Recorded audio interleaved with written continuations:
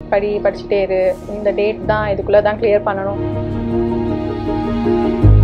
Sacrifice நிறையவே பண்ணியிருக்கேன்.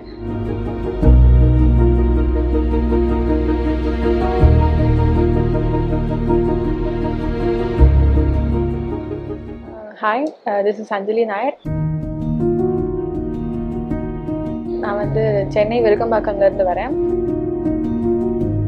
BSc honours agriculture முடிச்சிருக்கேன். இப்போது ஒரு 8 months பேங்கிங் தான் படிச்சுட்ருக்கேன். இப்போது ரீசெண்டாக வந்து RRB அசிஸ்டண்ட் மெயின்ஸில் வந்து நான் கிளியர் பண்ணியிருக்கேன். ப்ரிலிம்ஸ் ஆக்சுவலி நான் லாஸ்ட் இயர் வந்து IBPS clerk and IBPS SO தான் அட்டென்ட் பண்ணியிருந்தேன். நான் ப்ரிலிம்ஸ் அப்போவே கிளியர் பண்ணியிருந்தேன். இந்த டைம் வந்து நான் எழுதின எல்லா ப்ரிலிம்ஸுமே கிளியர் பண்ணியிருக்கேன். மெயின்ஸ் வந்து இப்போ RRB கிளர்க். நான் இங்கே ஜாயின் பண்ணப்போ செப்டம்பர் பேட்ச் ஜாயின் பண்ணியிருந்தேன். பட் கிளாஸஸ் முடிஞ்சது நவம்பர் டிசம்பர் கிட்ட ஆயிடுச்சு. நான் ஃபெப்ரவரியிலேருந்து கரண்ட் அஃபேர்ஸ் அப்போ தான் வந்து ஸ்டார்ட் பண்ண ஆரம்பித்தேன். கம்ப்ளீட்டாக ஒரு ப்ரிப்பரேஷன்றது ஃபெப்ரவரி தான் ஸ்டார்ட் பண்ண ஆரம்பித்தேன். பேசிக் கிளாஸஸ் ஆக்சுவலி எனக்கு பேங்கிங் ஒரு 0 நாலேஜ் இருந்துச்சு. இங்கே வந்ததுக்கப்புறம் தான் வந்து பேங்கிங் பற்றின ஒரு கரெக்டான நாலேஜ் தெரிஞ்சிச்சு. ப்ளஸ் பேசிக் சர்க்கிள் வந்து எனக்கு ரொம்ப ஹெல்ப்ஃபுல்லாக இருந்துச்சு. ஏன்னா வந்து டிஸ்கஸ் பண்ண முடிஞ்சிச்சு. என்னால் கொஸ்டின்ஸ் என் கூட இருந்தவங்கலாம் என்னோட ரொம்ப எக்ஸ்பீரியன்ஸ்டாக இருந்தாங்க. ஸோ அவங்கள்ட்ட கேட்டு தெரிஞ்சுக்கிட்டேன், நிறைய டவுட்ஸ் கேட்டேன். ஸோ அந்த விதத்தில் எனக்கு satisfied. Last year super batch attend பண்ணியிருந்தேன்.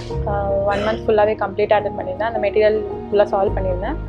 எக்ஸ்ட்ரீம் சர்க்கிள் என்னோட பேட்ச்க்கு வந்து ஆன்லைனில் தான் இருந்துச்சு. ஸோ அதுக்கப்புறம் நான் ஆஃப்லைன் வந்த பேட்ச் அட்டென்ட் பண்ணியிருந்தேன்.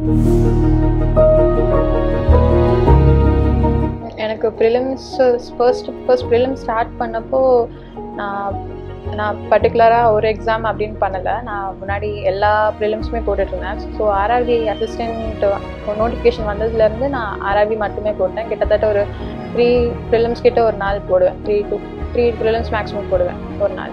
பார்த்துட்டு ரிவ்யூ பண்ணேன்.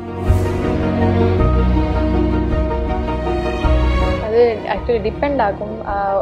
நம்ம வந்து எத்தனை ப்ராக்டிஸ் பண்ணிகிட்டே இருக்கிறது பெட்டர். எப்போவுமே ஒரு மாக் டெஸ்ட் போடுறோன்னா அதில் ரிவ்யூ பார்க்குறது தான் இம்பார்ட்டன்ட், டெஸ்ட்டு போடுறத விட. ஸோ நிறைய டெஸ்ட்டு போட்டிங்கன்னா நிறைய ரிவ்யூ பார்க்கலாம்.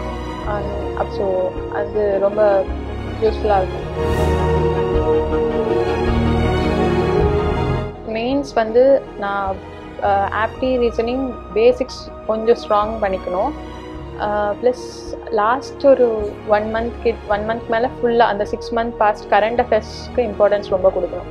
ஸோ லாஸ்ட் அந்த 1 month ஆப்டி ரீசனிங் கொடுக்குற இம்பார்ட்டன்ஸை விட நான் வந்து கரண்ட் அஃபேர்ஸ்க்கு நிறைய இம்பார்ட்டன்ஸ் கொடுத்துருந்தேன்.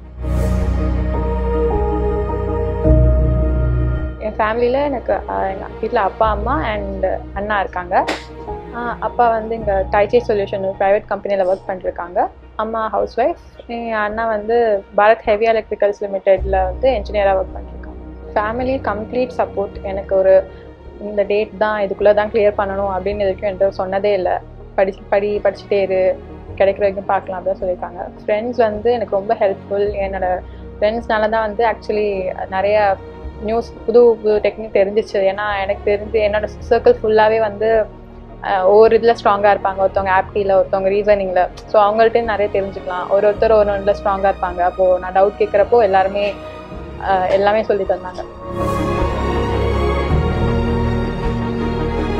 கரண்ட் அஃபேர்ஸ் வந்து ஒரு 50-50 தான். லைக் ஒரு சில எக்ஸாம்ஸில் நார்மலாக ஜென்ரலாக கேட்க வாய்ப்பு இருக்குது. நான் எழுதினேன் இந்த ஒரு 1 yearல எனக்கு தெரிஞ்சு ஒரு சில எக்ஸாம்ஸில் பேசிக்காக கரண்ட் அஃபேர்ஸ் தான் நிறைய கேட்பாங்க. ஸோ ஒரு மேக்ஸிமம் 20-25 அந்த மாதிரி வந்து நான் எழுதி படித்தேன் டெய்லி. நான் முன்னெல்லாம் ஃபுல்லாக டெய்லி எழுதி படித்தேன். எனக்கு முன்னாடிலாம் எழுதுறதுக்கு ஹாஃப் டே ஆச்சு. அப்புறம் போக போக டைம் கம்மி பண்ணிட்டே வந்தேன். ஸோ ஏன்னா எனக்கு எழுதி படித்தா தான் கொஞ்சம் ஞாபகம் இருக்குன்றனால நான் கரண்ட் அஃபேர்ஸ்க்கு அந்த அளவுக்கு இம்பார்ட்டன்ஸ் கொடுத்தேன். நான் டெய்லி எழுதினேன். டெய்லி முன்னாடி நான் ஜான்வரிலேருந்தே எழுத ஆரம்பித்தேன். லாஸ்ட் இயர் எக்ஸாம்ஸே இருக்காது, இருந்தாலும் நான் அப்போவே இருந்தே ஒரு ப்ராக்டிஸ் வரட்டும்னு சொல்லி நான் ஜான்லேருந்தே கரண்ட் அஃபேர்ஸ் எழுதினேன். ஃபர்ஸ்ட்லாம் ரொம்ப நேரம் ஆச்சு. அப்போ எனக்கு அது அவ்வளோ தெரியல. ஸோ அதுக்கப்புறம் எக்ஸாம்ஸ் ரீச் ஆகிற டைம்லலாம் நான் வந்து 1 hour 1.5 hours 2 hours மேக்ஸிமம் அந்த டைம்லேயே எழுத முடிச்சிட்டேன்.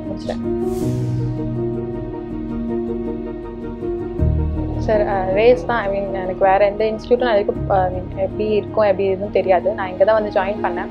இங்கே வந்து நல்ல மென்டர்ஷிப் இருந்துச்சு. யார் டவுட் கேட்டாலும் அவங்களே சொல்லி கொடுத்துருவாங்க.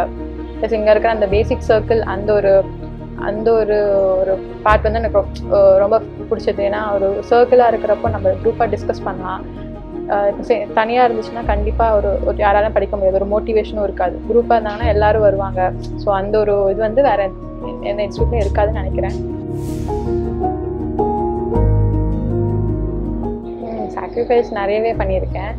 லைக் நான் வந்து பாஸ்ட் ஒரு 5-6 மந்த்ஸாகவே எங்கேயும் வெளியிலே போகிறதில்ல. ஃப்ரெண்ட்ஸ்லாம் டெய்லி கூப்பிடுவாங்க எங்கேயாச்சும் போகணும் அப்படின்ற மாதிரி. நான் வந்து எனக்கு வந்து ஒரு கண்டினியூஸாக இருக்கணும், எனக்கு ஒரு நாள் விட்டாலும் ஒரு கேப் விழுந்துருமோ அப்படின்ற ஒரு பயத்திலே இருப்பேன். ஸோ அந்த ஒரு இதில் நான் வீட்லேயே ரெஸ்ட் எடுத்த கூட வீட்லேயே எடுத்துக்கலாம், வெளியில் எதுக்கு போயிட்டு அப்படின்ற ஒரு மாதிரி. அது ஒரு பெரிய சாக்ரிஃபைஸ். என் ஃப்ரெண்ட்ஸ் வந்து அதுக்கு ஒரு பெரிய ரோல், அவங்களும் அண்டர்ஸ்டாண்டிங்காக இருப்பாங்க. மற்றபடி பெரிய சாக்ரிஃபைஸ்லாம்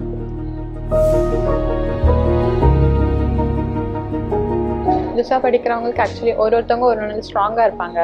ஸோ எதில் வீக்காக இருக்காங்கன்னு அவங்களே தெரிஞ்சுக்கிட்டு அதுக்கு அதிகமான டைம் இம்பார்ட்டன்ஸ் கொடுக்கணும். ஃபார் எக்ஸாம்பிள் இப்போ நான் இங்கிலீஷில் ஸ்ட்ராங்காக இருக்கேன், ஆப்டியில் வீக்காக இருந்தேன் நான். ஸோ ஆப்டிக்கு நிறைய டைம் ஸ்பெண்ட் பண்ணேன். ஆப்டிக்கு தான் மோஸ்ட்லி இருக்கிற டைம்லாம் ஸ்பெண்ட் பண்ணேன். ஸோ அது ஓரளவுக்கு பேசிக் ஸ்ட்ராங் ஆகிற வரைக்கும் அதுலேயே இம்பார்ட்டன்ஸ் கொடுத்துட்றேன். ஸோ புதுசாக ஏதாச்சும் படிக்கிறப்போ எது நம்மளுக்கு வீக்காக இருக்குது அப்படின்றது தெரிஞ்சு அதுக்கு அதிகமாக இம்பார்ட்டன்ஸ் கொடுத்துட்டு அதுக்கப்புறம் மாக் டெஸ்ட் போட ஆரம்பித்தோன்னா நம்மளுக்கு எல்லாமே நியூட்ரலாக பேலன்ஸ் ஆகிடும். அப்புறம் கரண்ட் அஃபேர்ஸ் மெயின்ஸ் பொறுத்த வரைக்கும் கரண்ட் அஃபேர்ஸ் ஆட் பண்ணிட்டு சைட் பை சைட் படிச்சுட்டே இருந்தால்